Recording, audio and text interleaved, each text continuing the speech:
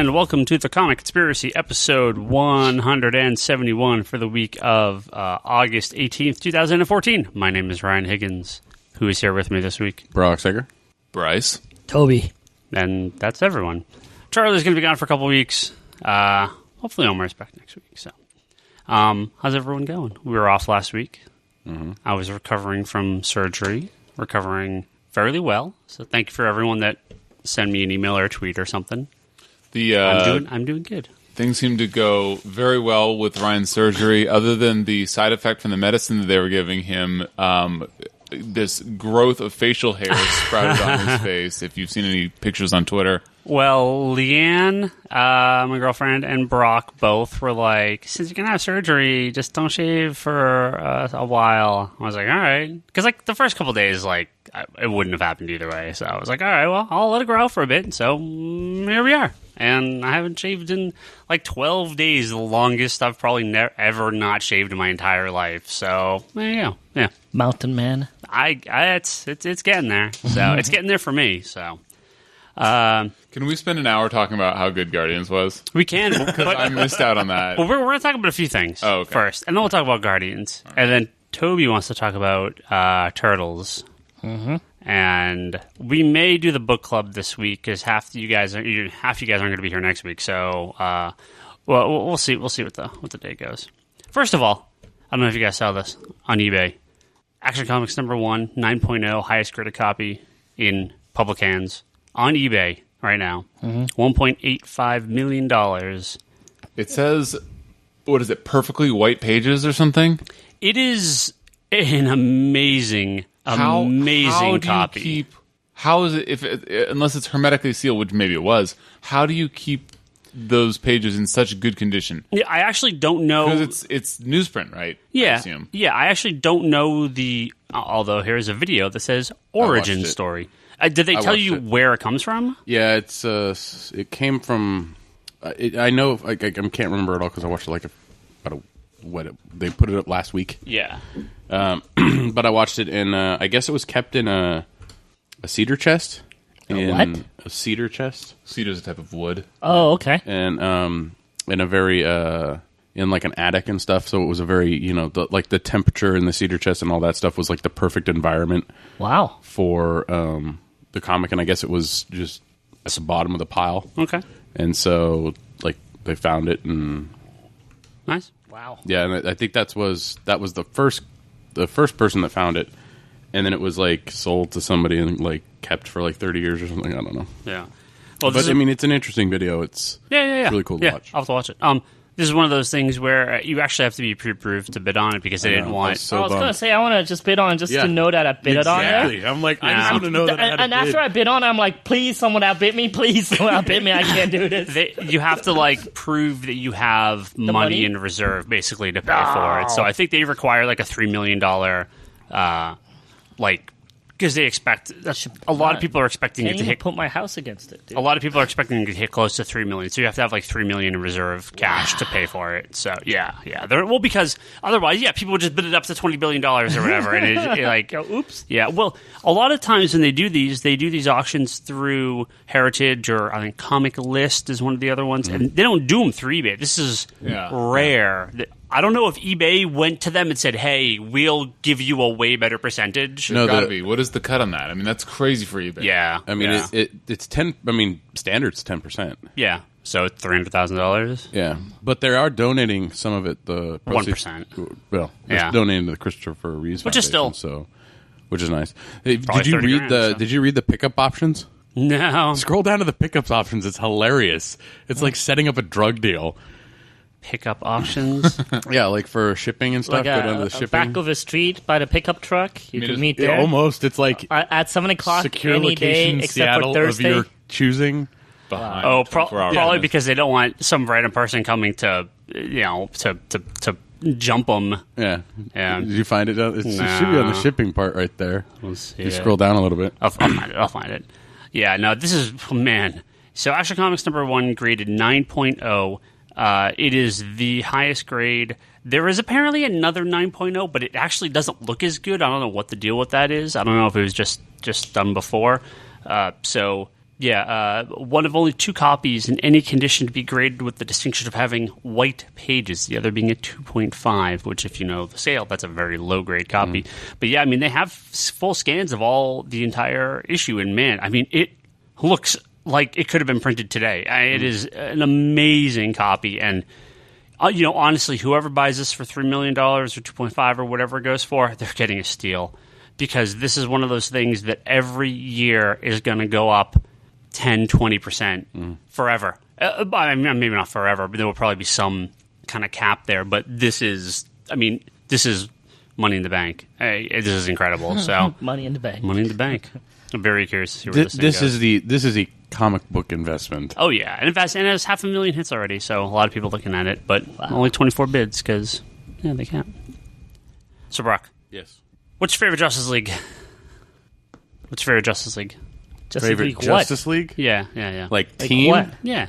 This is for Brock. It's maybe for you too, Toby. No.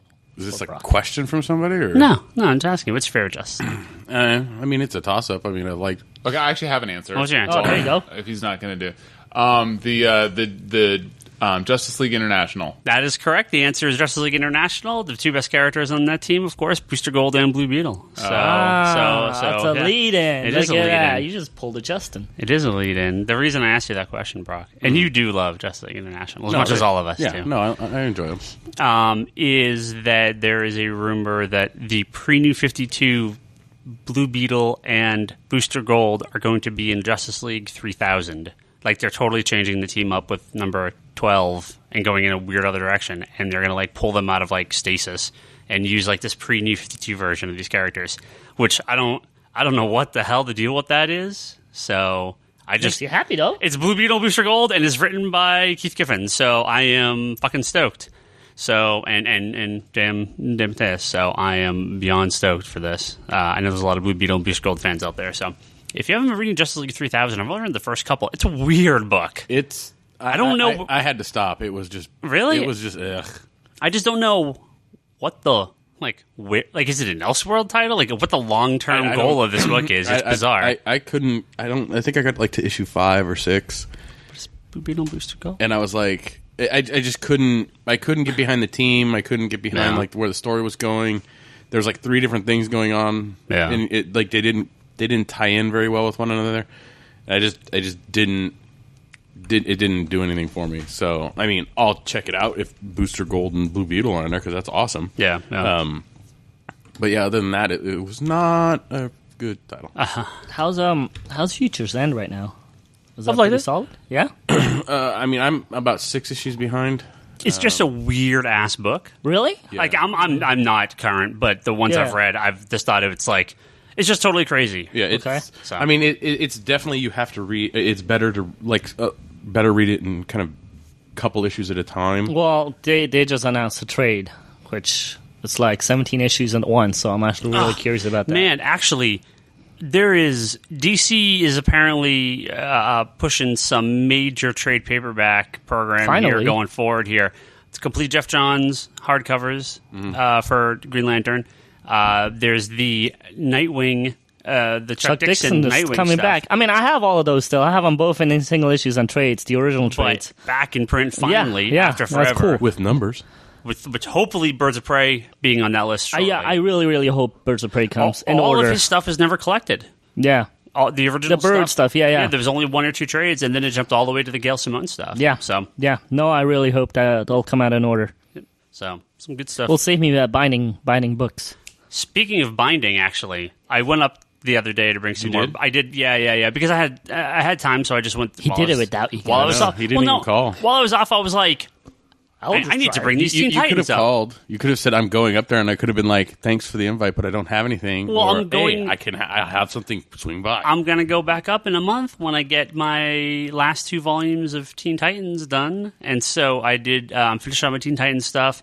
I actually have a couple volumes ready to go, but I'm missing an issue or 2. I'm missing an issue of Green Lantern, which I know we have here. I need to grab it, and there's Justice League Task Force number 25. It's like a Damage issue, which I need that for my Damage run. So I have a bunch of garbage that I need to. Yeah. But I'm pulling a Bryce on these last couple volumes of Teen Titans. They're fucking huge. Hey, you got to get your money out of it. Well, because I didn't do that for the rest of them. So it's like I have like 5 of the 6 volumes are kind of normal size. One of them is huge, and I don't know how I misjudged that issue. And these are like bigger than that. They're like 30 issues each, 32 issues each, or something. So it sounds like he's doing my binding. Yeah. Well, I have like a the others I have ready. I just need to pull out the ads and everything. I have a Dark Stars run, which is like 32 or 33 issues or something. Right. After I took the crossovers out and put them in the other titles. And these are 90s books? Oh, it was all 80s and 90s stuff. Yeah. So they're really thin, right? I mean, it's thin paper. I think that the newsprint is thicker than the current day medium that they're using. Mm-hmm. Yeah. So I would say if you're already at 32 issues of like 80s, 90s stock, I would say try to find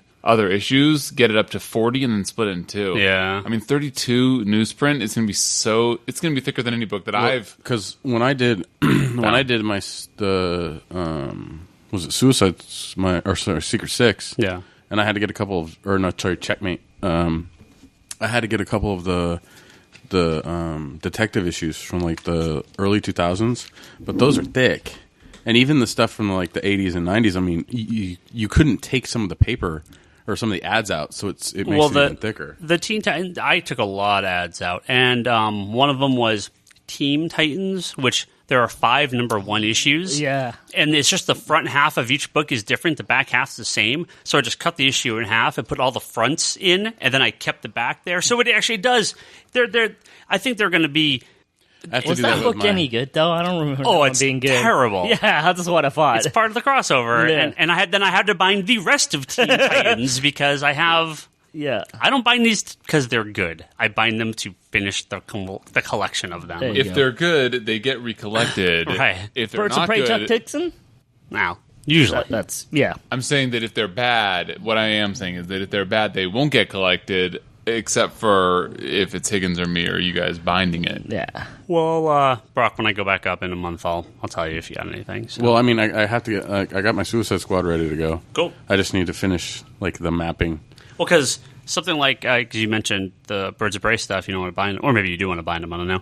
But well, I'm torn, right? I got the number 8 finally. Thank you for that. Yeah, you finally got me one of those. And, pricey issues. Oh man, it's so pricey, and there's no way I'm gonna because that's a wall issue for me. That's on the wall. Birds of Prey number 8, for people who don't know, is the first time Barbara Gordon and Dick Grayson kiss, and I'll look up what it's worth now. It's around $40-$50 on eBay usually. When I started mine, I got my the Teen Titans bound, which has number 2. Okay. Well, it has number 1, which is like $25-$30. My number 2 is the first appearance of Deathstroke, and I got that in a quarter bin. Nice. Less than a decade ago, when it was worth nothing. Yeah. Yeah. It's like a $200 book now, but I threw it in the bind because it's like... You want to take it out of the bind and go, look, I do have the issue. That's all your Mutant Massacre X-Men books that I bound, and then I see on your wall for like $40, and I'm like, oh, God. And like Grant Morrison, like... $50-$60 still for Birds of Prey 8, yeah. Phantom X first appearance, I'm like, oh, curses. Yeah, but it's like, you bought it for what? Cover price, right? You didn't pay $30-$40 for them, so like, who cares? Yeah. And that's my thing with... If I paid $150 for Teen Titans number 2, I wouldn't, bind it, but I didn't. I paid nothing for it, so it's like, why not? Yeah, I mean, when I look into binding, it's like $1 an issue. Actually, there's some low grade covers. There's some low grades on Teen Titans. And high grades are getting close to 100. Actually, a 9.2. Yeah, 9.2s are close to 200, so, like, graded. So, yeah, it's like, but whatever. Like I said, I got it in a quarter bin. I don't care. There's a couple random crap here. I think this is the best comic news story of the year so far. You're already into the Marvel stuff. Jim Lee, Dave Johnson, Terry and Rachel Dodson. I know where this is going. Are all working on a project together. The best project for Ryan ever. It is. They are doing General Mills Monster cereal covers for cereal this Halloween. So now, Jeff Johns has to, if you follow Jeff Johns on Twitter, you know his love of cereal, my love of cereal, all our loves of cereal. They now have to have Johns write a team up with Boo Berry, Frankenberry, and Count Chocula. Like, they have to. They need to publish a comic. because every time DC has those General Mills comics, I go crazy trying to find them because they're so friggin' hard to find.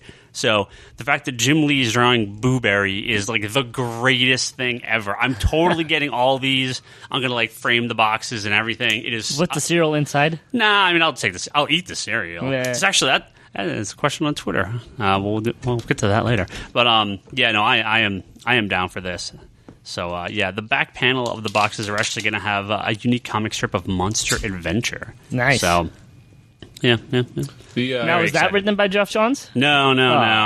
Some of the other guys from DC though, but very excited. Yeah.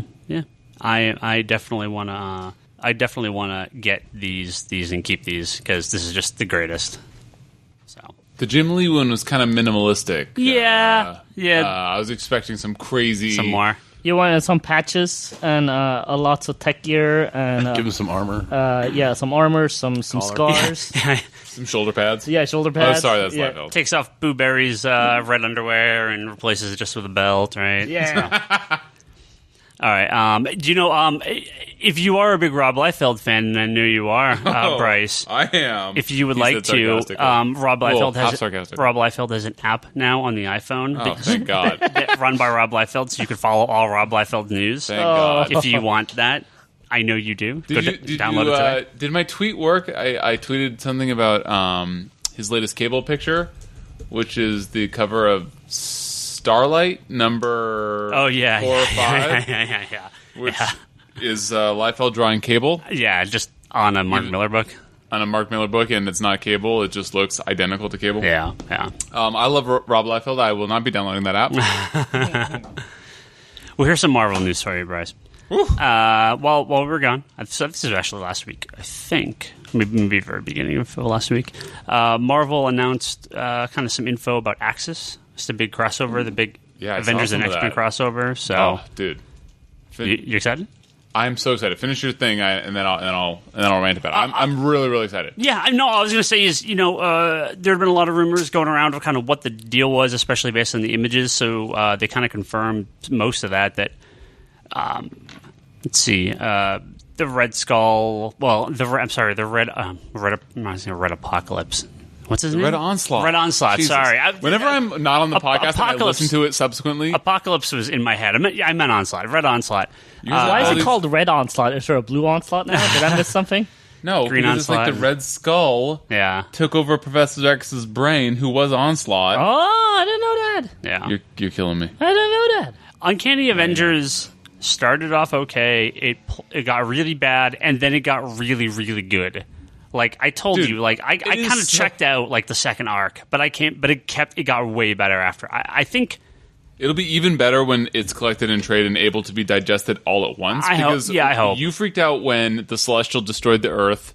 NBD. No, I didn't freak out. I was just like, okay, well, like where is this story going? Because clearly they're not destroying. Obviously there's more Marvel comics to be published. Just like, well, and they brought back, anyone that thought Scarlet Witch or Rogue was dead for half a second, right? Come on, guys. It is weird how it seems to be taking place in its own sort of timeline, but it's not like totally. It's not like he's trying to say that this is all happening concurrently with the Hickman Avengers or the Bendis X-Men or whatever. He's writing his own story. I don't know, which is always how comics work. Whatever. So I think it's fine, and you had to know. Okay, they're dying. Obviously, they're not really dying, unless there's a lot of news around it and whatnot, and then they'll be back in 3 months anyway. Yeah. But man, it has been so good. He's been. I'm like, I read the annual. The annual was really good, actually. Which one with the mystical Avengers or whatever it was? Yeah, that was awesome. I like that. When they get captured by Mojo or something. Yeah. That was awesome. Funny. That was a great. So I'm like maybe 2 issues back. I don't know what the last one I read was. I may only be 1 issue back. But I know one of the big things in this is the Apocalypse is coming back, so that should be. I cannot wait. And I read Bleeding Cool's whole theory on Cyclops and Apocalypse. And I don't think they're going back that far. I mean, for people that may not have read those, do you remember the whole? That was part of the 12, right? I remember that. Do you remember the plot of that? Yeah. So my theory is that they are not going to. I would love it if Marvel had their S together so much that they were able to like have been building the story since the 12, but they don't. I mean they probably so the 12 was they brought Apocalypse back and they had basically set up. I mean, I'm going to jumble this around, I'm sure a bit, but they had set up X-Man as actually the one who was going to take down Apocalypse, right? It wasn't actually. I mean, you thought it was Cable. But it was really X-Man, right? Yeah. Which this is correct, right? Yes, you are correct. But so then Cyclops kind of sacrifices himself to save basically everyone and sort of merges with Apocalypse at the end of this big this big battle of all of them. Yep. So are we led to believe that this kind of Apocalypse has been sort of in the back of his head this whole time? I mean, is that kind of where you think they're going with this? No, I think that... So, that seemed to me to be... Or that was Bleeding Cool's kind of idea, right? Yeah, that was their idea that I think he's giving Marvel too much credit, is to net out what I'm thinking. But I would love... So what I'm saying is that I would love to think that Marvel has their stuff together so well that they've been sort of building on that ever since. And that would be really awesome. Explain why Cyclops has been such a dick in AVX and Post and everything. Yeah, but it would almost be like a cheap retcon because it's like they've had so many writers in between, and it's like, oh yeah, no, this is why he's been a dick for the past. I mean, what has it been? 15 years? Well, that's always how these stories always work, where they take an idea and they're like, hey, I mean, look at the entirety of Jeff Johns' Green Lantern Run. We were just talking about this. All of this is based on the Parallax stuff, which had nothing to do with what he turned it into. But he was like, hey, I got this great idea. Let's do this, and this will explain all this crap away. And that's always how the stuff works. So, yeah, that could be. But I don't know. I mean, like, there's been enough moments of levity with Cyclops that I don't think that he's been enough of a dick to have, been harboring this Apocalypse soul. They say he's a villain, yet every other issue of any X-Men book, S.H.I.E.L.D. is like, okay, Cyclops, next time, we'll get you. And then they're like, well, and then the regular X-Men and Wolverine are like, well... Cyclops is a villain and we're hunting him, but we really need his help right now. We're going to go hang out with him, but next time, Cyclops. Exactly. It's like every issue is that. I like it, but it's like, come on, guys. There was the issue when he and Wolverine were fighting off Sentinels and sharing a beer at the end of the issue, and they were like all broed out, and they were just happy to be with each other, and it was like, yes. So you're right. So it is kind of ridiculous. Yeah. Anyway, point is, I really hope with Axis that they're able to sort of stay true to what they seem to be going towards or advertising, which is that heroes are going to be villains and villains are going to be heroes. And I don't know if that's because of the Red Onslaught and his crazy psychic powers, changing everybody's brains around. It would be so awesome if they were able to make the heroes villains and villains heroes, which I actually thought that you were going to say some troll comment about how DC did with Villains Month, about making the villains the heroes, even though the villains weren't the heroes, they were just the subject matter for that one month. I would love to see some Age of Apocalypse alternate universe kind of thing where they reverse roles for X amount of time. As long as they fully committed to it, I don't know if they're going to be able to do that. It feels to me more like not that they literally become good guys and bad guys, but that the good guys do bad things, so people think of them as bad guys. Like they're like, the X-Men have destroyed something major. We're no longer, Magneto and Doom saved us, so they're now the good guys. I don't think it's justice. Okay, that sounds pretty weak, actually. I don't know. I hope that that's not how it is, because that would be pretty sad. I misread it then. I thought that it was. I read it as something happens such that the good guys become bad guys and the bad guys become good guys. Yeah. I thought it was some sort of psychic thing, and I guess I jumped to conclusion. We could have the villain age. The all new villains now. Well, so the quote here is, inverting the characters show you the antithesis of what they... Or, I'm sorry, the antithesis of what they normally... Well, I started to read it, and I was like, antithesis of what they normally are, which shines a light on their character. So, yeah, I think it's going to be kind of the good guys doing bad stuff. Well, anyway, the part I wanted to get to was the inversion, which is... I guess, the story arc, gave Remender the chance to explore Cyclops and his point of view, and is a very big part of what happens in Access number 4 and pays off in Access number 7.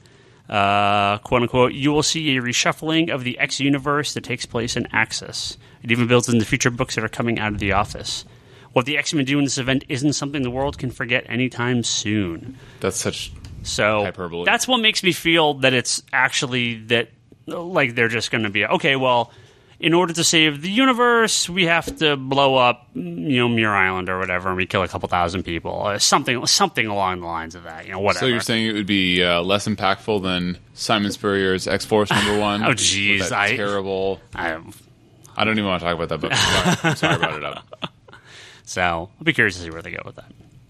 Yeah, I can't wait. It's going to be. I love all events, especially events involving X-Men. Yeah. Also, events involving Avengers, and any event involving both is even better in my opinion. Cool. I think that Marvel is in great shape, and I've probably said this every time I'm on the podcast, that Remender, Bendis, and Jason Aaron as sort of the trifecta of the most prolific writers at Marvel is the best thing that's happened to them of late.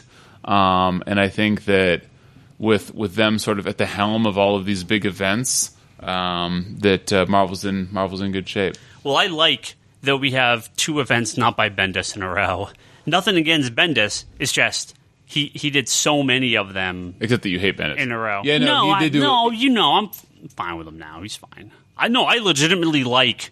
Oh, if you compare Marvel's output now to like 5 years ago, I like way more books right now. I'm over my hate of a lot of that stuff that was coming out at that time. Although there's good books back Except then. for Hickman. You're still hating on Hickman. I actually started reading Avengers and New Avengers again. I took a few months off post Infinity, but I'm started back reading again because of the Original Sin stuff. And it feels a little more cohesive now. Original Sin, other than the main book and the Thor and Loki stuff, has been... You're killing me. It's all killing me. The crossovers are all whatever. The crossovers. But I'm loving Original Sin. I love the fact that, Nick Fury was this watcher on the wall. I actually haven't read issue 7 yet, so no spoilers. Don't It's out soon. So I got... No, 7 came out last week. But 8's out. 8 is out soon. Soonish. Well, I guess I'm not surprised. So, yeah. I can't wait to see what happens. I want to know why, maybe it's spoiled in 7 or 8, why he killed Ego. I understand why he's killing, like, the Mole Man's monsters, but why he killed Ego. Not sure. Maybe, was Ego evil? I thought Ego was sort of a neutral dude, and it doesn't matter. Was that even Ego? It was Ego, the living planet. Oh, they said it was? Well, I mean, it was a planet with a face. I think there's others. No, that's what I'm saying, yeah. No. What he was doing was he was basically, I mean, you read 6, so you know that he's... The Watcher on the Wall? Yeah, the Watcher on the Wall. So all of these kills were to preparing him to being the Watcher on the Wall. So it's like, how do you kill a living planet? Well, let me kill a living planet. How do I kill this? This is how you kill it. I'm going to go ahead and completely disagree with you and show you that it was Ego. I mean, I don't know that they ever name it as Ego. I think they say, it's a living planet, but I don't know that they... How many living planets are there? I'm sure there's at least... No. How many Celestials are there? No, there's one. Celestials? There's a ton. Dude, how good was Guardians? That Celestial scene was crazy well, good. Okay, well, I was going to say, let's get off the subject anyway, and let's talk about Guardians, which is fine. So just, Okay, you guys have already talked about it a lot, so I'll try to keep my short. We're a couple weeks out from Guardians, but if you don't want spoilers, we're going to, full spoiler talk here for 5 minutes or whatever, because Toby and Bryce got some stuff to say, so...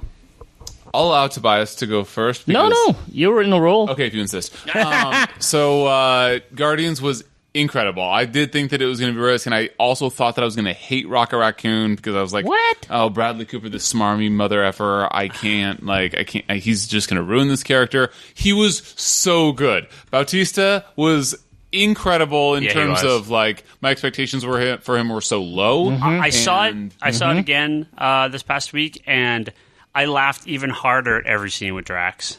I think it caught me off guard the first time, but I was ready for it the second time. Yeah, it was so funny. I rewatched it on Saturday with my dad, and I actually caught the line after the Jackson Pollock where Rocket Raccoon goes, "Man, you got issues," and I was like, "Yeah," because before when they did that, you couldn't hear at all what Rocket said. So anyway, so it was An incredible movie, and you guys you talked all about all the good stuff in the earlier episode, but yeah, I loved Groot. My wife went crazy. She loved Groot so much. Does she want to dance in Groot? The dancing Groot was so funny. That was so awesome. Rocket was so. I mean, the line about stealing the leg and then he can't he's just laughing to himself. The line about the eye later on was far better. That was just because I was set up for it. Already taking funny and then building on it. Yeah, and then so Rocket funny. not being able to hold his laugh. He's like, exactly. He's trying to hold it together. And, that was I really need the eye. Yeah. That was great. I thought Bradley Cooper did a great job. I thought it was going to be terrible. Groot's many scene-stealing moments were great. Bautista, low expectations, and he totally delivered. Let's see here. Oh, Yondu with the whistle commands and the arrow. Oh, that was badass. It was so badass. Yeah. I'm glad they gave him that one scene to show how badass he was, because otherwise he was just Merle. Yeah. And let's see what else. Chris Pratt. I mean, I figured that I would love him, and I totally loved him. He was great. And I think that the Tesseract, just like this orb or sphere or whatever it was, the Tesseract might have a gem inside. I think that they're all going to end up being gems. I could see that. And that Loki's staff might have had a gem in the staff. I haven't done all the research online or whatever, but I could see the Tesseract having a gem inside, just like this did, and Loki's sphere, whether or not it is a separate one. It's the mind gem. It has to be. That's what he does with it. He taps people on the head, and they're like, bad guy. No, not on the head, in the chest. Or chest, whatever. And then that's when he hits Iron Man, and it doesn't work. He's like, damn it. Yeah, that was, so I can't wait for that. I thought that the Collector was kind of underused. And I don't want to nitpick because, look, I would say that is my third favorite Marvel movie, maybe fourth.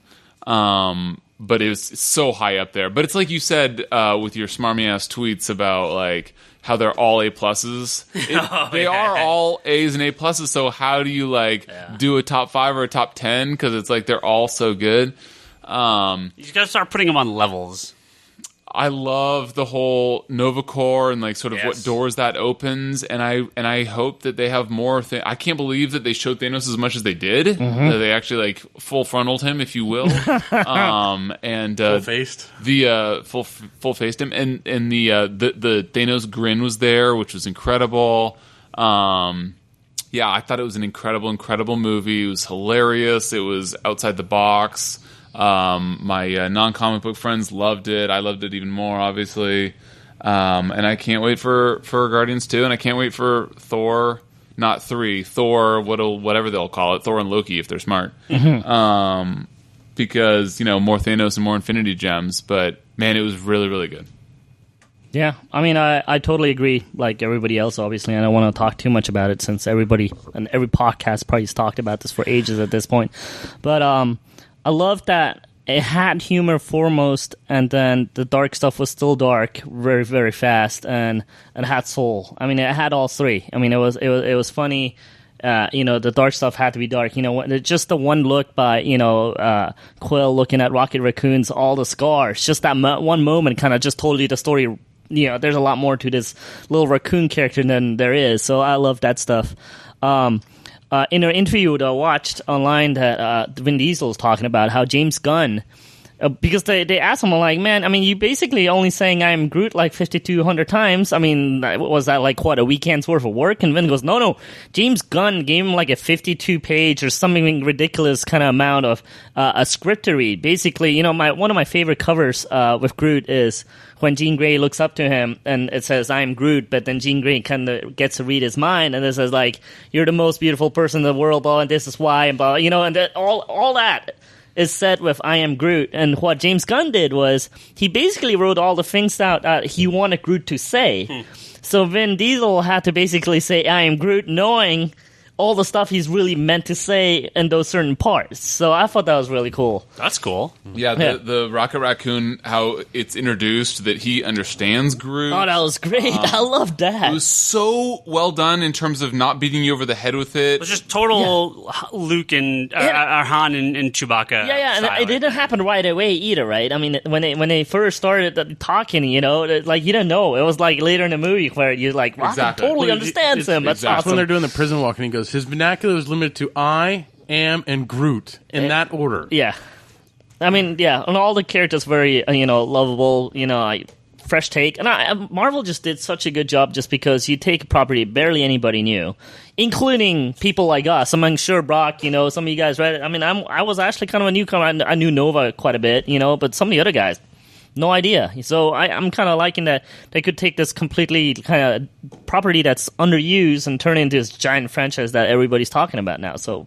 But now that they've shown that they can do that with Guardians, yeah, it's like now they can do anything. Like I can't wait for. I mean, I know that this was like kind of the risky one, and I guess the next risky one is Ant-Man. But there'll always be a next risky one, and I have a lot of faith in Ant-Man, and I'm looking forward to if they ever do Doctor Strange, Black Panther. I'm looking forward to the Daredevil this winter. Yeah. So yeah, they can turn like the craziest stuff into really good stuff. So I'm excited. No, I really dug it. So there's nothing bad to say. And all the timing and all the storytelling points, all the flow was just perfectly done.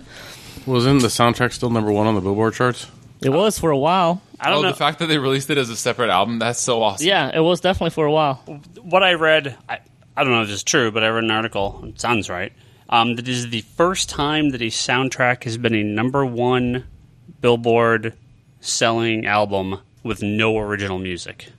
That's nice. Yeah. So that's yet another crazy thing that this movie's doing. Yeah. It actually. It also made the Sony Walkman being like a $600-700 item on eBay at this point. I saw that. Yeah. Well, and Abbott and Lanting's Guardians is like number one on Amazon. Oh yeah, I'm sure. Novels. I sold. How was I going with this? I saw it past Thor. I think it's getting close to Cap Winter Soldier if it hasn't. So it passed Dark World. I don't know if it passed Winter Soldier yet, but it's on pace to pass Transformers domestically. I really Transformers hope so. 4, which is like I really hope so. Crazy. But I actually have a question here from David on Twitter, and he asks, why do you think Guardians is doing so poorly internationally? Is it? I looked it up. So as of right now, it's 222 domestic, 196 foreign. But I don't know what the market for Guardians is. Yeah, I think people just don't know these characters yet. Yes. Yeah, I mean, that's the problem. I mean, I talked to some people in Japan. They were like, what are you talking about? Is it Guardians? out there? I think it's either just out now or it's coming out. I'm not sure, but she just came to visit us here, so she was like, I have no idea what you're talking about. And I showed her the trailer. She goes, you know what? I really do want to watch this. But when I was explaining to her, all the characters, no idea about it. Well, I'll tell you one big one. Hasn't opened in China yet. Oh, that's going to be huge. Hasn't opened in Japan yet. Yeah. I mean, UK made $23 million in the UK. That seems... I think Guardians will do huge in Japan, actually. With all the sci-fi elements, all the spaceships, I think it'll just do fine. We did $12 million in Russia, $13 million in Mexico. I mean, $10 million in Brazil. We have to think about how movies are here compared to like the rest of the world. Yeah, but I think Rocket Raccoon is going to be huge, and Groot is going to be huge in Japan. Yeah. I'm sorry. I just have a feeling that what does that translate to? I mean, I don't expect... What? Well, so he went in another language, like Watch out, Groot. so not only No, I'm serious. So That's pretty close, yeah. So not only That's Mandarin Chinese for I am Yeah. Groot. not only did Vin Diesel record 52 pages of I Am Groot in English, he did it in like 6 other languages. Oh, nice. So he did it in, I want to say at least he did it in a week. Spanish. And on the seventh day, he rested. See, now, Jiao Groot, this is actually, my name is Groot. I think it might be 我是 Groot. Yeah, I agree. You're right. That would be my name is, but he doesn't say that. You're right. You're right. It might be 我是 Groot. Yeah. Walsh Groot. So I'm looking. I wonder if that's really how it is. Now I kind of want to see an Asian version. I want to see a Chinese version of it now. So I'm looking up Iron Man 3. I know it's not the best because short of Avengers, it's the highest grossing Marvel movie. But because it actually was good, Ryan. Okay. China was 121 million of that 800 million, right, of Iron Man 3 because it was aimed at that market.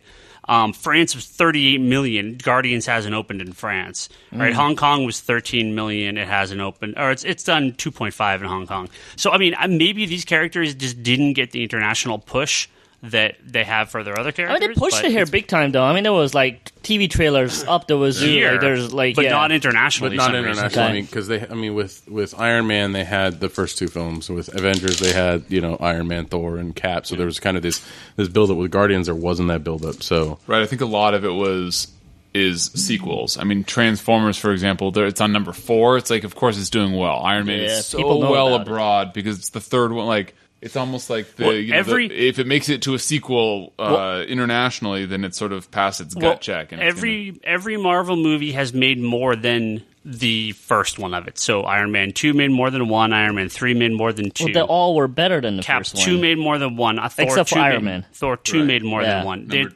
They've all made the more number than the 2s were all better, yeah. Right. So, Guardians, may open up weak internationally, but word of mouth may make it really big long term. I hope so. Yep. I really think they deserve it. And with the next one, it'll... Because, more. Well, next one, the shackles are off. This one, with all Captain America, Thor, even this one, there's some fear of, let's not F this up. Right, well, and I would think with number 2 is like once everybody already likes it, then they are free to tell the story they want to. And I would think since more than likely Guardians 2 will be the movie right before Avengers 3, because it's end of 2017. Avengers 3 is more than likely May 2018. That could be a lead-in movie to Avengers 3. So I could see them really pushing the Avengers. Well, it might not be a lead-in. It might be a lead-in movie more with Thanos necessarily. But that's exactly no, what I have a feeling Avengers 3 is going to be Guardians / Avengers. Avengers. Yeah, absolutely. versus Thanos. Right, 100%. Totally. I don't know what they will do after that, but I actually got one happy dude when that comes out. We got an email from Liam, actually, also with what we have to talk about. He says, we've already seen several big-name series divide their final movies into 2 parts, i.e. Hunger Games, Harry Potter, Hobbit. So what are the odds the third Avengers movie will be divided into 2 parts as well? I would say about 100% guarantee they'll do that. I could totally see them doing like a back-to-back, 2018, 2019. And on a cliffhanger? 2 summers in a row. The Guardians and Thanos come crashing to Earth right at the very end, right? You have all the forces through the whole movie, but then come on, you can't see that? Yeah. That makes a lot of sense, except that all of those, Harry Potter and Hunger Games and whatever else they use. They're the last story. There's nothing. But Avengers 3 is the last of the first arc of Avengers. I mean, it is the end of the phase 2. But it's not the end. Those are based on pre-published material specifically about that pre-published material that they split into 2, like The Hobbit they split into 3, so that they could milk more out of the pre-existing. You don't think they want to milk more out of the Avengers name? No, I do. So that's why I wouldn't discount it entirely. I'm just saying that they're not going on anything verbatim. Sure. So I disagree with you 100%. I would say it's 50%. Okay. I'll go 75%. How about that? I'll meet you at 50. Okay. I'm in the boat with 50. I'm gonna place this movie as my numbers 3. I think Iron Man's still number 1, Cap 2 still number 2, cool. And Guardians at number 3. And we're gonna go 4. I gotta go with Thor 2. Thor 2 is fucking great. Yeah. But it's definitely I love Guardians. Yeah. So you saw another movie. Oh yes. On your ranking of Teenage Mutant Ninja Turtle movies, what do we have? The 3 original. Well, how about this? I'll tell you what it's better. 3 animated movies? No, 1. No, there's more than 1. There's 1 theatrical. I mean, there's 2 animated movies. There's 2, but okay, there's 1 theatrical. Okay, of the 5 Turtles movies, now this one's 6. Where does this rank? This one's better than number 3. I'll give you that. Okay, they went to China? Yeah. Japan. They went to Japan. Yeah. But yeah, I'll give you that. It's definitely better than that. But look. Well, hold on. Before we start this, yes, a little background of your Turtles interest, because I think there really is a thing here that I'll discuss after you talk about it. But were you a fan of the animated series growing up? Yes. And a fan of the toys? Yes. Video games and everything? Yes. Okay. Have you kept your fandom have you watched the various series that have been out? Yes. I know the answers, but I'm asking for people listening. Yes. Okay. So you have continued fandom like Transformers and a few of these other things where these things have existed this entire time. Yes. Right? Okay. So because I want to hear you talk about it, but then I want to ask you a question after this. But go ahead. Okay. Well, do you want me to start at the beginning, or do you want me to start with the movie? No, the movie. Okay. So, everybody here knows I am not a Michael Bay hater. I maybe don't like Megan Fox, but I don't hate her. So when she got cast, I was kind of like, oh, well, whatever. I wasn't hating on the idea. And I thought the Turtles were really ugly looking, but whatever. I was like, if this is a new look for Turtles and if all the kids going to like it, then, maybe. I also have to interject here real quick. Yes. Michael Bay had nothing to do with this movie, right? He's produced it. Right. He had nothing to do with the movie. I know. Let me finish. I hate that people are like, oh, there's Michael Bay Transformers. Yeah, but it's not Michael Bay Turtles, but right, he didn't do this movie. But everybody thinks they are, right? So it doesn't matter. It drives me crazy. Yes, it drives me crazy too. In fact, I showed the trailer to my little sister, and she goes, "I hate Michael Bay." I'm like, "He didn't fucking direct it." She goes, "It says so in the trailer." I'm like, "Did you read what it said? It says produced by." But anyways, that's But again, like I said, I mean, you guys know it has the Michael Bay look. It definitely has the Michael Bay look. And again, I mean, I don't dislike Michael Bay, but. With that said, all the fan hate for this movie, all the alien talk and whatever else talk they had about this movie, all the hate and how ugly they are, I'm like, you know what? Nobody's seen this movie. Why is everybody hating for it? This could be an awesome movie besides them looking ugly. And I thought, like, look, if they really deliver on this movie, I will forget how ugly they look. I'll start believing in it. It's kind of like the Sin City thing. I've told the story before when I used to work at the shop. 20 years ago, everybody's buying Sin City books, and as an art guy, as a Jim Lee fan, I kept looking at them, Frank Miller, and I go, this is so ugly, why would anybody buy this, right? Until I sat down and read it, and I thought this is the most awesomest thing I've read in, like, ages, right? So, I'm like, maybe they know something I don't, so, I went in with an open heart. I wanted to see a Turtles movie that could, update, refresh, maybe steal the best from each of the stories, which the new comic book is doing, like stealing from all the versions and kind of combining into, like, the best version of Turtles. So I'm like, all right, I'll watch this movie. So I was in the theater, and I think about 20 minutes in, I turned to my buddy Mike. I'm like, are the Turtles going to show up in this movie? Like, it took forever for them to even show up, right? And the first thing I noticed once they actually did show up, that the whole movie just felt very, like, soulless, like, heartless. Like, there was no heart. There was a lot of fluff. There was a lot of jokies and a lot of action stuff. But it was, like, all, like, it came and went. It was, like, a very B-movie, action movie, like, sure, this is very entertaining, like but... One step away from Sharknado? Yeah, well, no, it's not that bad, but, it was, like, very, very empty. Like, underneath it all, there's just a lot of fluff. And, my main issue was, there's so many issues with this movie. First of all, Shredder is the worst Shredder incarnation of it all, right? So he looks like a Transformer. I was going to say, so that he looks like the Silver Samurai, who looks like a Transformer, and it's a whole really bad trickle effect and it all. But my main issue was, first of all, they set it up to everybody to believe that the white dude is Shredder, and all the fans were like, no, you can't do that, and he wasn't Shredder. He actually served the mighty Shredder, and he was there. So I was like, why would you disappoint all the fans, make them believe that he's the Shredder when you actually do have the Shredder in the movie? So there's, like, horrible marketing ideas in this, right? And then you go into that this is the worst Shredder ever, just because in the original movie, he's recruiting all these kids to be his family member, he's turning them into gang members, he's turning them into the Foot Clan.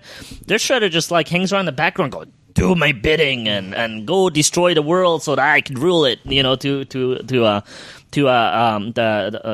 Charles Sex, I think is his name, the white dude from Prison Break.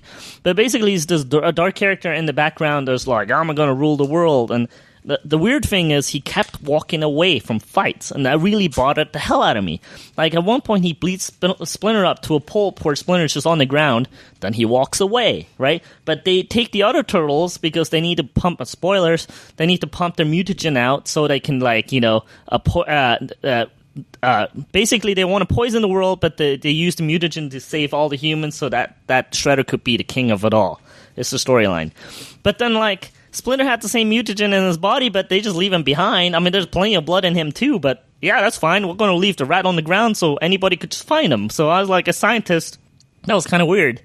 And later on, spoilers again, they save Splinter by giving him the mutagen he had in his body back to him. So basically, they're saving him by something he already had in his body, which is like, okay, it makes a lot of sense too, but whatever.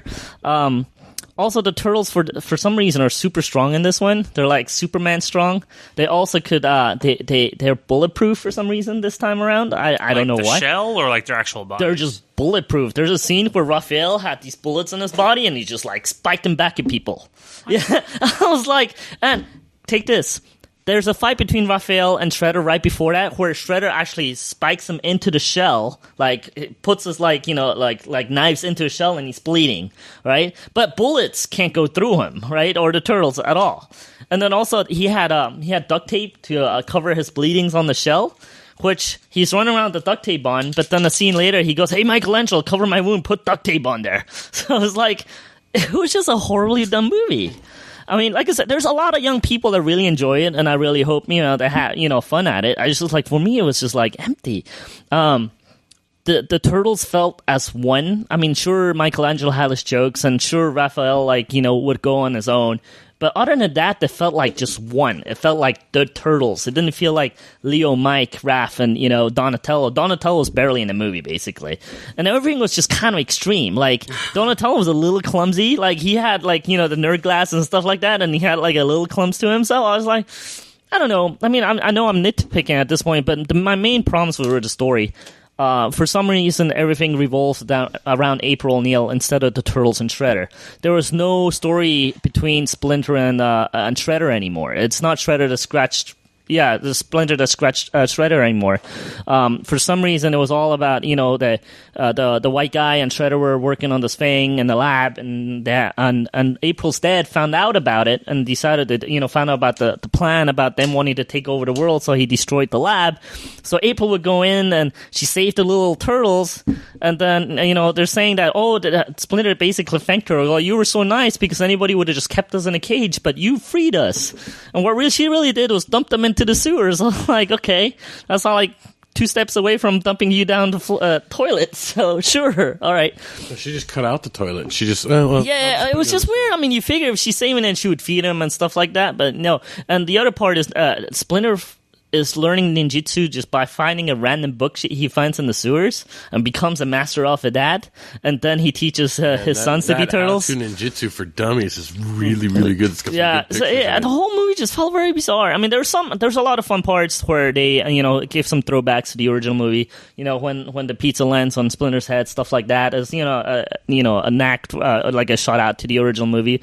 But if you look past all of that, it was just a very, very empty movie. And there was snow in the mountains when it's almost summery in the city. So it's like there's a lot of inconsistency going on. Well, my thing with the Turtles, I mean, I liked the cartoon a whole lot, and I played a lot of the games growing up. And then, they really tried to. I mean, this is trying to be a cross between the original movie, the 80s cartoon, and perhaps maybe a little bit of the comic books. More so the 80s cartoon, really. Yeah. Well, so, when the original movie came out, I mean, obviously I was a huge fan of it. And even the second one I thought was a lot of fun. I mean, I think the second one's hilarious. Yeah. But, I think this is just a case... Secret of the Ooze? Yeah. With Tokar and Razor. Ernie Reyes Jr., man. He was my hero. And Vanilla Ice. But, I mean... City Bebop? Yes. Not in that one. But, I really think... if you go and look at the movie, it is just a shitty kids movie. Both of them. We were just kids at the time, so we. But the original. I mean, you're talking which one? This one and the Ninja Turtles 2? I mean, I'm talking like the original 2. I mean, there is the 1991 Turtles. Yeah, there is charm to those movies. Don't get me wrong. Yeah, but I think if we were our age and we went and saw those movies the day they came out, would probably be like, this is baby shit. Well, I will disagree with you, just because in the original movie, you got Raphael beaten to a pulp where they have to, go and regroup and rescue, and they regroup outside in country yard. Splinter, even though he's in captivity, is still teaching the delinquent kids about what's right and wrong. Shredder is actually manipulating people. He's scary as a motherfucker, even though he doesn't have any of those spikes and he's not a giant ass robot.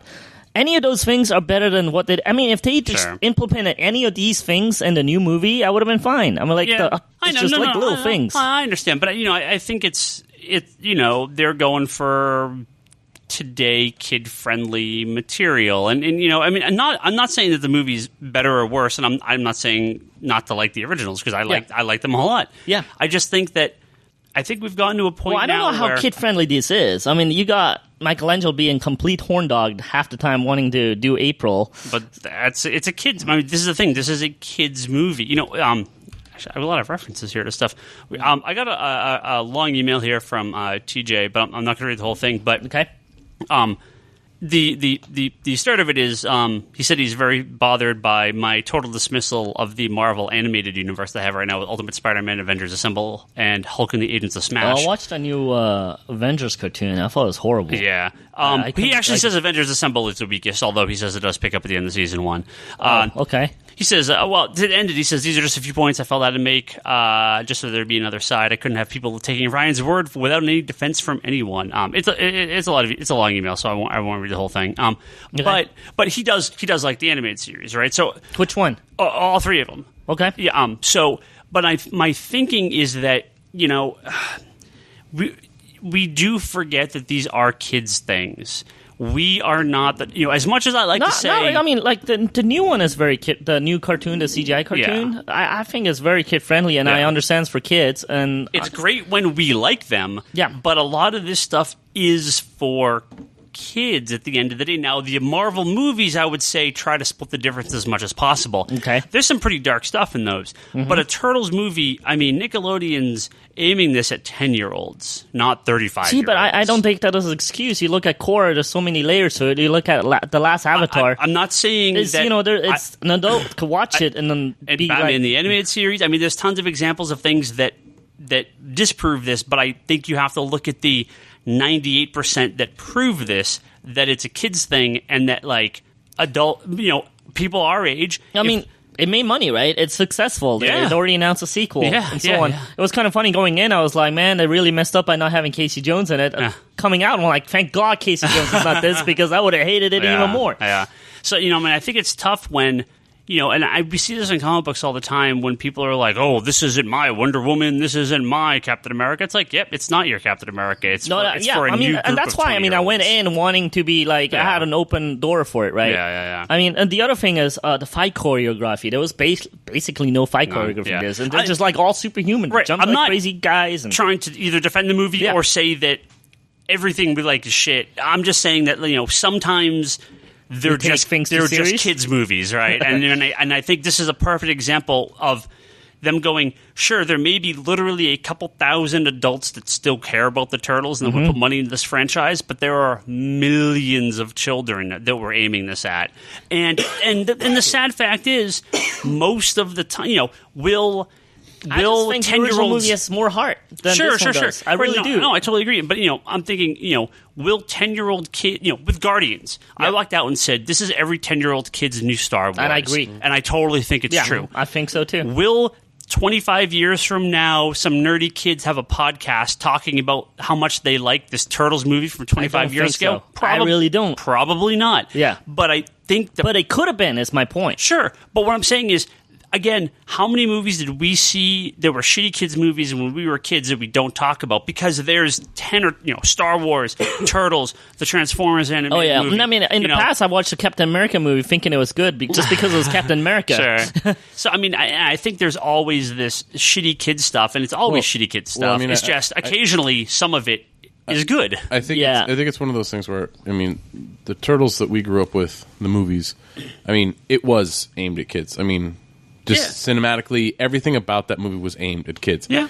Whereas this movie, they're like, oh, we're aiming it at kids, but it doesn't look like a kid movie. Real quick, the thing about especially the first Turtles movie is it came out after the Burton Batman movie. Yeah. And I think that is its biggest influence. It really, to me, feels... So.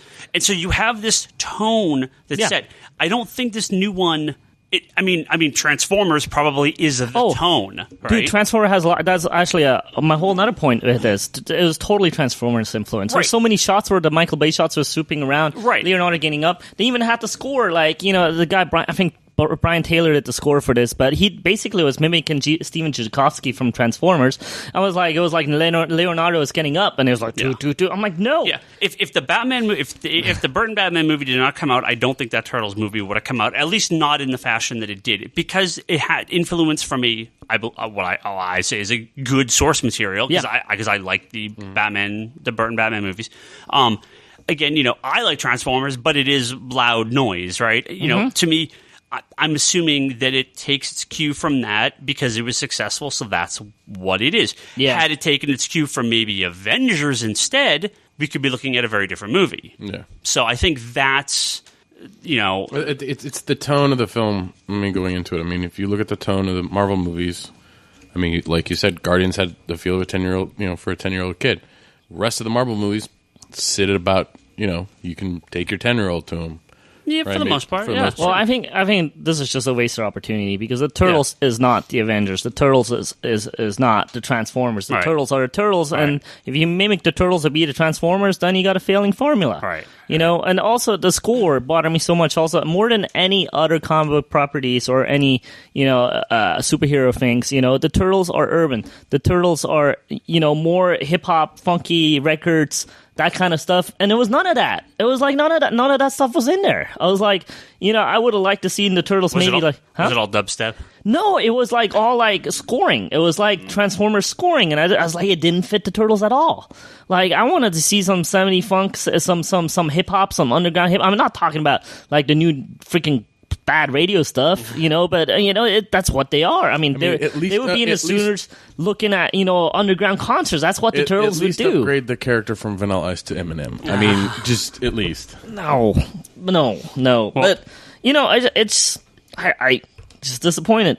It's very, very disappointing. Yeah. When I saw it, I was like, that's a Netflix watch. Look, I think like the guys that did the fourth movie, the CGI movie that was theatrical, they did a far better job with all the characters than almost all the movies, just because they fully understand Donatello, Leonardo, the concept between the Leo's and Raph's leadership issues. Donatello is actually doing tech support over the phone to get some money. Michelangelo is actually dressing up as a clown. He has a fake zipper that he puts on his body to entertain kids and stuff like that. I'm like, dude, whoever, I think it was Kevin Monroe he directed the movie. I don't know if he wrote it, but I was like, he understood the Turtles. Well, he fully understood them. The secret is that you usually do a lot more with animation than a live action because you don't have the same budget, so there's not as much over, people. Well, they had Karai, Shredder's daughter, is in this for no reason. She's basically just another henchman. They don't I don't even think they mentioned that it's his daughter.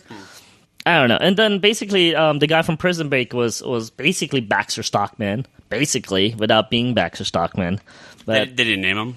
It was Eric Sachs is his name. Yeah, but they didn't. Yeah, it's not Baxter for some reason. It's not Baxter. Yeah. Weird. And Baxter, you could go both African American or white, because in the 80s cartoon he was white, and before that he was black, and in the newer cartoon he was black again. So you could have gone either way, but I don't know. Look, the original movie was actually the movie that introduced the Turtles to me. Before the toys, before the cartoons, everything. It blew me away. The second movie I liked a lot just because, I got an Asian dude on screen. I was, growing up with a bunch of white people that I really like. I associated with that one Asian dude that got to hang out with the Turtles. I thought he was the coolest guy ever. Ernie Reyes Jr., man. But, I didn't like Toka and Rosar because they're the fake Bebop and Rocksteady. I didn't really like the ninja rap thing, but, now I'm kind of like looking at it back going, that's corny, but smiling about it, The Dirt movie was just really, really bad. Yeah, it was. Yeah, and the fourth one, they really tried to bring it back, and I felt they did a really, really good job. And this fifth one, sorry. Sure, it's better than the third one, but that's as far as I go. Yeah. All right, we're going to do a few questions here. I guess we'll do the book club next week. Well, lots to talk about. So, Justin on Twitter says, now that it's almost here, what do you guys think of the prospect of finally reading Multiversity? And that is a stop whatever I'm doing when I pull the first book out and read it on the spot. I am so excited. Grant Morrison's Multiversity out this week. Go to shop and buy it. Yep. Oh, Jesus. So excited. And then you have to make sure to reread it while you have a Wikipedia page up. Yeah. Exactly. There was like a little 6-page preview, and I'm like, nope, don't even want to see it. I'm just going to wait till the book comes out and read it. What, in the back of all the issues that are coming up? No, I think it was on USA Today or something. Oh, okay. Very, very excited.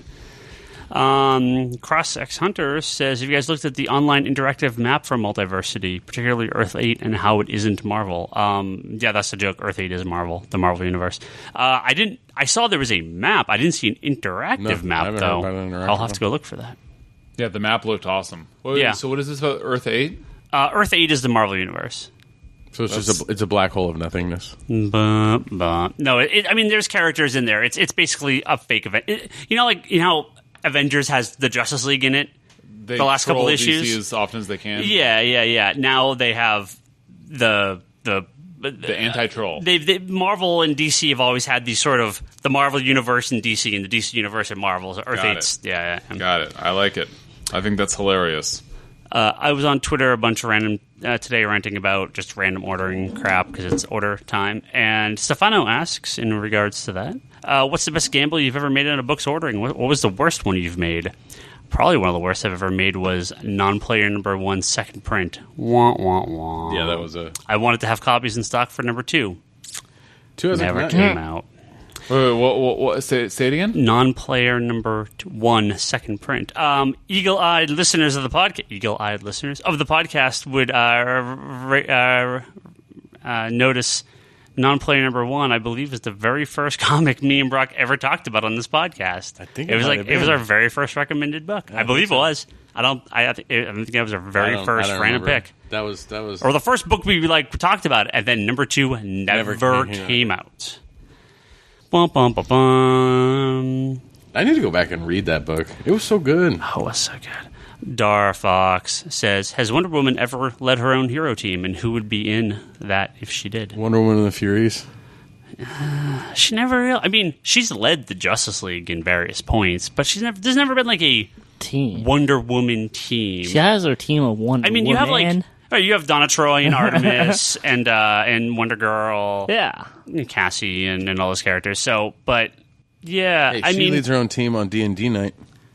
Okay. I don't know. I don't know what that means. Me neither. So, but what would be... I mean, that would be the Wonder Woman team, right? Yeah. It's all the Amazons. Yeah. That's what it should be. Although... Artemis, Cassie, Donna, and... Even in Birds of Prey, she second to Oracle in those early issues. So she was in the field, not command. So I'd love to see her and that's DC get on that. That's actually a really good idea to have just like a female, like another Birds of Prey, but just a DC, not a Batman Birds of Prey, like a DC Birds of Prey with Wonder Woman leading the team. Now whatever, she's a Superman. She's in all these other books. Who cares? Especially with the new creative She had team. some really, really great scenes in the Justice League Unlimited cartoon. Some scene-stealing scenes where, it would be cool. Well, being kind of a warrior princess and all that stuff, she should lead a team. I mean, that would be a natural evolution of this character. She should, Well, I mean, she should default to team she's leader. the god of war right now, right? Yeah, I mean, she should default in a lot of situations to lead teams because that's her upbringing is sort of this warrior race. So she's like, I got my sword and my rope of truth. Kevin, it's a lasso, bro. Whatever. Kevin asks, "What did you have for breakfast?" You're swinging it. When it's just hanging there, it's a rope. Wait, Kevin asks, Kevin asks, "What did you have for breakfast yesterday?" And I had the same thing I have almost every single morning. Yeah, for the past, I think, 8 years, I've had 2 packs of oatmeal. Nice. Cracker and oat bran. Do the instant? No. I used to do Quaker, but it has too much sugar. I found out when I was about 27, and so now I do this highfalutin, pretentious a-hole Whole Foods brand. I have to do like the cinnamon sugar oatmeal if I have oatmeal. I also pour like 9 cups of water in it, so it's like a soup. Say it's disgusting, but I usually I don't know if you guys know about this. I'm the worst vegetarian there is because I don't really like veggies. So in the morning, I hate veggies. I don't like them cooked. Why aren't you a carnivore? I don't want to eat meat. So you don't like veggies or meat? Yeah, so I just live on carbs and tofu. Yeah, but no, in the morning I blend myself this veggie fruit juice that I do every morning. Like I throw broccoli and celery and carrots and spinach and stuff in. Trying to be Batman. With grapes and blueberries and grind it all up, and it's my morning juice. I wish I could be more of a juicer. A juicer. No. That's the only way I get it in my body. I'm cheating it into my body. I bought a juice tiger. It's not juicing or cheating. For me, it's bowl of cereal, 1 or 2 bowls. It's, Yeah. and it's there's a hip hop song about breakfast by Merce. It's all about like Saturday morning cartoons. It's really cool. Yeah, I mean, I legitimately will buy boxes and boxes of Monster cereal in October when they come out because it's like, yeah, sure. I just polished off a box of Golden Grams. Now I'm on Honey Nut Cheerios all the time with my not soy milk because I'm apparently allergic to soy milk. Really? Yeah, I found that out the hard way. But the almond milk. You mean Leanne found that out? The hard way. Yeah. Oh. The almond milk, which actually is really good. Yeah, I do that too. I'm off the cow milk, but I'm on the almond milk. Yeah. Rice and, milk's good too. and at least a cup, if not 2 cups of coffee. That's my breakfast. I found out the hard way. every I'm morning. allergic to what's it, a leaf now, Oh, really? or any kind of headache medicine. Oof. Yeah, Yeesh. I got lips so fat it was like I was at a Rocky Punch Fest. That's what happened when I had. Yeah. When I found out I was allergic to soy milk, my mouth just. Yeah. No, it's it looked like terrible. a cartoon character. I was like at lunch with coworkers, and I was like, if I pretend it's not happening, right? Yeah. And at one point, they were like, Toby, what the hell is wrong with your face? Yeah. I saw those pictures, dude. Seriously. Jeff asks, first off, welcome back. Thank you. Could you test out your new nose and sing a tune as a birthday wish? Jeff, I will give you the best birthday present ever. I will not sing. I was getting excited there for a Brock can attest. When randomly a song I love comes on Pandora or the radio or something, and I belt out a line or two, Brock runs for the back room and covers his ears, and Somebody And like strangling a cat. birds start dying from the sky, and windows shatter. That fits your charisma, though. I mean, that's Oh, kind of like, terrible. your emo thing. You start singing and birds start dying. Oh, I'm sure. That's why Like he DJs, because it's loud enough that nobody can hear him. I'm sure, like, when I'm in a concert and I'm singing along, everyone, like, 3 or 4 people deep from me are like, what the this is horrible. Man, the singer sucks tonight. Yeah. God, these people are. I got a Why couple. did we pay this much for these tickets? We got 3 quick questions here. Stefano says, new DC number 1s, hot or cold? We'll go around we'll go around the room. Teen Titans, number 1. Didn't read it. The art's good. Yeah. Rocket Ford. Cold. Yeah. Cold. Lightning rounds, hot or Okay, cold? okay, yeah. Cold. Yeah. Well, for me, okay. For me, hot. Okay, Teen Titans not hot. Grayson, number 1. Brock. Lukewarm. The hell's wrong with you? Hot. Double hot, ultra I need more hot. story. Yeah, I'm so happy you like it. Yeah, that's ultra hot. Yeah, hot. New Suicide Squad. I mean, Almost hot. yeah. Don't know. Hot. G.I. Zombie. We don't even carry it. Yeah, I barely get any copies. So for me, here's my problem. I don't do what I preach, right? I just buy this shit because I love DC Comics. So Teen Titans, Grayson, New Suicide Squad, sure. Short of it being as bad as Green Arrow was, that's the only book. No. Well, Hawk and Dove. I mean, there's books I just didn't straight up didn't get. Yeah. Green Arrow, prior to the reboot of it, I think maybe the only book I actually dropped from the original New 52 that I bought from issue number 1. Mark says, what do you guys think if Marvel did a true crossover called Marvel's Infinity Gauntlet and Avengers 3 was a lead into it? So kind of like we were saying before, but actually like multiple movies, like movie crossovers of Infinity Gauntlet. That would be the most ballsy-ass move of all time. I would love it, but I don't think it's going to happen. No, it's not going to happen. I think the movies have to stand. The movies have to stand on their own and still be connected. I mean, and that's the thing is like you watched Guardians, and even if you didn't watch the little thing at the end of Dark World, Yeah. There was the Collector, right? Yeah. Like if you never seen Avengers with the Tesseract, right? You didn't need to like all of these have entry points. Same like Winter Soldier. You didn't need to watch First Avenger to know everything that was going on, right, for that movie. I think that would be just a bit much if they did that. I mean, I think they've given you enough that if you've watched the movies, you're kind of like okay. But if you're coming in for the first time, you have to keep that kind of freshness to it. Yeah. And one last comment here from Wesley on Twitter. No, Wesley, you're not too late. You got in right at the very end of the podcast. Wesley. He says, definitely not a question and also too late, but I just got to say that I read the 2007 to 2010 Nova run, and now I understand your love for it. Hell yes. That run. Oof. And if you've read are they recollecting that? they have to. Since they're doing Guardians and all the rest of it, Hey, is the Guardians thing going to be hardcover or is a soft cover coming out? soft cover. Oh. Yeah. No.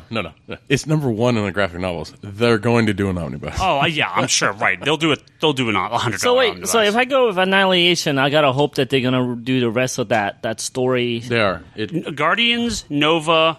But Guardians, that book is out of Annihilation, right? Yeah. So is the next story like the next omnibus? I got to read that and the Guardians books side by side. It's Annihilation, Conquest, and then Guardians and Nova. Oh, it's after. Are part of it. Are part of Annihilation, Conquest, right? Yeah. It's like the tail end, and then they go off and do their own thing, but they come back with like War of Kings. And how's the current That's Guardian after. books? That's How's the current Guardian books? I like it.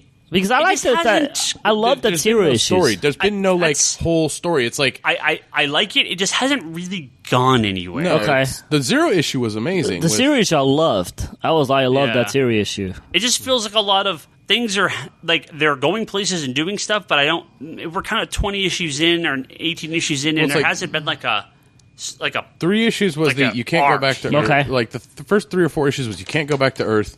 And then it was, hey, look, here's Angela for a couple of issues. Yeah. And then it was, I don't even know. Oh, it was in Infinity tie-in stuff. Yeah. With the art from the guy that does awesome artist, terrible art. Yeah. And then they had the crossover with the X-Men from the past. Yeah. And then now it's kind of just like, oh, look, your father's being a dick again. Yeah, it's kind like, hey, this last issue was, let's get the team. We have to get the team back together. Yeah, it's kind of just meandering all over the place. Yeah.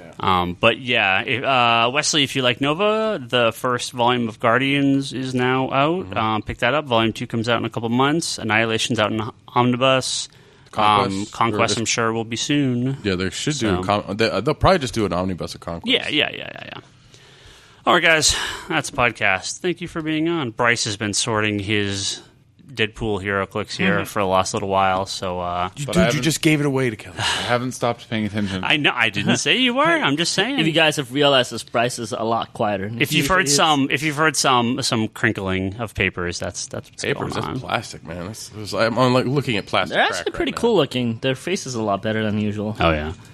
Next week, whoever's here, because I know Toby and Charlie will both be out watching the Peter Capaldi Doctor Who series premiere in movie theaters. Unfortunately, not the day it comes out, because they had to push it back from its actual release day on TV, which is so it didn't dawn on me that's this week. New Doctor Who this week. That's so soon. It's actually going to be on TV first? Yeah, they had to push it back. So I have to not watch it on TV? I guess. Or you just... Well, there's extra stuff in the theaters. You can watch it on TV No, well, this weekend. that's why I really bought the ticket for the theater for all the extra stuff. It was really cool. It's Friday. I think it's on Friday. Oh, is it? I think Friday or Saturday. I can't remember. So, Yeah. New Doctor Who. Woohoo! But yeah, hopefully we'll have some guys on next week, talk about Brock's pick, because of all the crap where Comic-Con and my surgery and all this garbage Guardians stuff. And Guardians and everything. So we're back on schedule with that. Wacky. Dead Body Road, Volume 1, or I guess the only volume. Image Comics. They put a volume number on it. Oh, did they? I think. Probably doing more. 1. Yeah. Oh, that's weird. So, Dead Body Road. Next week we'll talk about that book for whoever's here, and whoever's not, we'll push it back. We'll have people talk about it the following week, and Omar will have his pick. So you can listen to this episode and all our previous episodes at geekbox.net and comicsconspiracy.biz. Good Lord, I'm like 10 episodes behind publishing them there. And man, I gotta get back on putting the audio ones up on YouTube. Oh, fuck.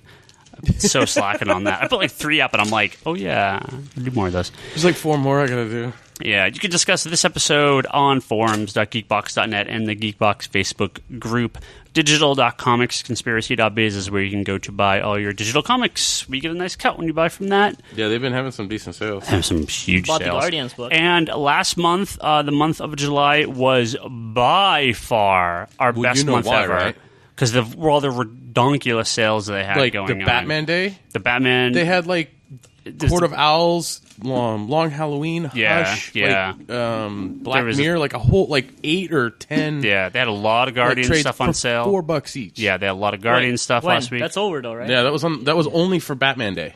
Yeah, they had a lot of good stuff on sale last month. I so. bought Yeah. That's how good the sale was. I bought. Yeah. I was like $12, 4 trades. I'm good. And I was going to remind people that if you subscribe to a book on our website, but you don't like using the website, if you subscribe once, you get that book every month or every time it comes out, and you never have to go back to our website, and we still get that cut. So go subscribe on there, and we get a nice little cut. We also do plenty of mail order here as well. So if you buy physical comics and your store is maybe not Reliable. the best or reliable, or you're having some trouble getting down there, or you just want to support us, we ship out end of every month for subscribers. And if you get a shitload of books, we could do it more regularly than that. But yeah, free shipping for subscribers over $25 on every shipment. So give us an email, and we will... If you have any questions regarding the validity of our mail order, please contact Stefano on Twitter. Oh, He will gladly tell you how... He posts how pictures of his immaculate. packing every month, and I always retweet it because Brock does a good job. Ryan at comicsconspiracy.biz if you want to send me an email about that, you can do that there.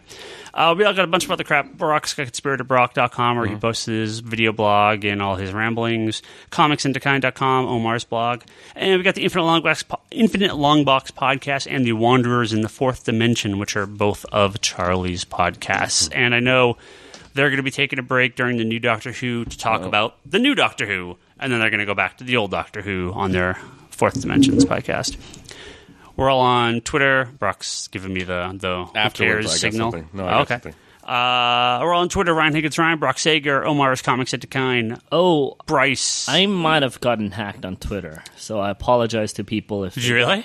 That's someone's like tweeting me, did you send this? I haven't even logged in ages. Twitter sent me a message going, you have to change your password because you've probably been hacked. And Yeah. so I don't know. I apologize to anybody if you got some booty pictures or Twitter's or you have to take a bootylicious picture of your links. junk. Yeah, so that's definitely not me. I'm sorry. I haven't been on Twitter in ages, and I will And you know try and what's really change bad that. is he hasn't seen the image, and if it's an image of a really big dick, he's not It could be. saying that's not me. Well, Bryce is Bryce Larsen. I'm sorry, Bryce is Larsen Bryce. Bryce is Bryce Larsen, That's but on true. Twitter, he is Larsen Bryce. That's also true. Toby is Toby You get XI. that wrong all the time. Toby is Toby XI, except for when he's a spammer. And Charlie is I Insanity am not Mandingo. in Chaos. Then don't forget to listen to the Geekbox podcast that I'm on every week. Good Job Brain, which is our pub trivia podcast run by Karen Chu, formerly of the Geekbox, and all her friends. It's Comedy Button, in which Ryan Scott he says he plays a cartoon character of himself, but he really just plays Ryan Scott. Yeah. And All Talk, the All Talk podcast, in which our great fans and forum regulars over at forums.geekbox.net do a weekly podcast. They actually do two, because they also do All Talk Watches. They're currently, I think, still doing All Talk Watches Star Trek Enterprise. Yeah. I think they're getting pretty far in that at least That's the gonna first be season. That's going to be a long one, no, for them? I think they may just be doing like a season at a time. So Brock has something to announce, so let's Yeah, I'm gonna head over to Brock. I'm gonna be on another podcast. What podcast are you going to be I on? got contacted by Heroes and Villains. Oh, nice. You doing Geoforce Geoforce? episode. Hell yeah, of course. I got to brush up on my Geoforce knowledge because Nice. there's so little of it. There's not much to know about. Heroes and Villains, great podcast. I've been on there. I talked been about on there. Charles been on there a bunch. Jordan has been on there. Jordan Fagley from Charlie's other podcast. He's been on there as well. Longbox. Huh? The Infinite Infinite Longbox. Yeah, I've been on there talking about Sandman and Speedball. Yeah. Two more different characters you could not find. I am the common link of those two characters. So just me.